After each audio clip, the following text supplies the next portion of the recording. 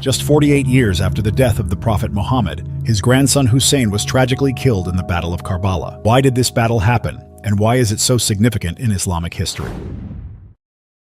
After the fourth caliph, Ali was assassinated in 661. A power vacuum emerged. Muawiyah assumed the role of caliph, despite opposition from part of the Ummah, who wanted Hassan, son of Ali and grandson of the Prophet, as the caliph. To avoid further bloodshed after years of conflict, Hassan signed a peace treaty with Muawiyah. This treaty stipulated that Muawiyah would not appoint a successor after him. In 670, Hassan was assassinated, leaving his brother Husayn to take on his duties. The treaty was breached when Muawiyah named his son Yazid as his successor in 680, beginning the Umayyad dynasty. Yazid spread his power through corruption, bribery, and the use of violence to legitimize his rule. Yazid demanded allegiance from Husayn, who, recognizing Yazid's open corruption and brutality, refused. Husayn was forced to flee Medina under the threat of imprisonment and assassination. He had received thousands of letters from Kufa, Iraq, pledging support for an uprising against Yazid. In response to these letters, Husayn said, "I am ready to fight for the sole goal of seeking the reform of the Ummah of my grandfather, the Prophet of Allah. I want to enjoin good and forbid evil." Husayn first went to Mecca for Hajj, but then left to avoid violence and preserve the sanctity of the holy city. He departed with his family and companions to Kufa. In response to the threat of rebellion from the Kufans, Yazid dispatched the governor to Kufa to quash dissent. This led to thousands of Kufans withdrawing their support and the threat of violence increasing. As they approached Kufa, Husayn's caravan was intercepted by a battalion of Yazid's army led by a man named Hur. A greater army, which numbered in the thousands, led by Umar ibn Sa'd, joined Hur and surrounded Husayn's camp in what is now known as Karbala in modern-day Iraq. The army cut off access to water for Husayn and his family, leaving the men, women, and children to suffer from days of thirst in Iraq's blistering desert heat. The army demanded allegiance from Husayn, threatening him with death. Despite all the odds, Husayn refused to back down. On the night before the battle, Husayn told his companions that they were free to leave, but they pledged to stand beside him in the face of certain defeat. The following morning, on the 10th of Muharram, known as the Day of Ashura, Husayn delivered a powerful speech reminding the opposition that he was still the grandson of the Prophet and that he still wished to leave. Moved by Husayn's speech, Hur abandoned Yazid's army and joined Husayn. The battle commenced with Husayn's 70-odd companions facing off against an army of what many historians number to be 30,000. The companions of Husayn fought group by group and were martyred on the battlefield. Eventually, Husayn was left with a handful of remaining family members. They too were killed. Husayn, now with no one beside him, pleaded with the enemy forces for water for his 6-month-old baby. The enemy responded by firing a fatal arrow at the infant, killing Husayn's child in his arms. Husayn buried the child and bid farewell to the women and children of his camp. He fiercely charged into the battlefield where, after fighting valiantly, he eventually fell from his horse and was surrounded by enemy soldiers. The grandson of the Prophet was brutally attacked from all sides and beheaded. The enemy forces attacked and plundered the possessions of the dead bodies, as well as the camp of Husayn's family. The tents were set ablaze with the women inside, which included granddaughters of the Holy Prophet. The family was taken captive by Yazid's army, later to be paraded to Damascus in Syria. The story of Karbala shook the Muslim Ummah as news spread, launching several uprisings across the Muslim empire. Many argue that the Battle of Karbala forever changed the course of Islamic history. The Day of Ashura is mourned globally by millions of Muslims, both Sunni and Shia, to honor the heroic stand of the Prophet's grandson Husayn.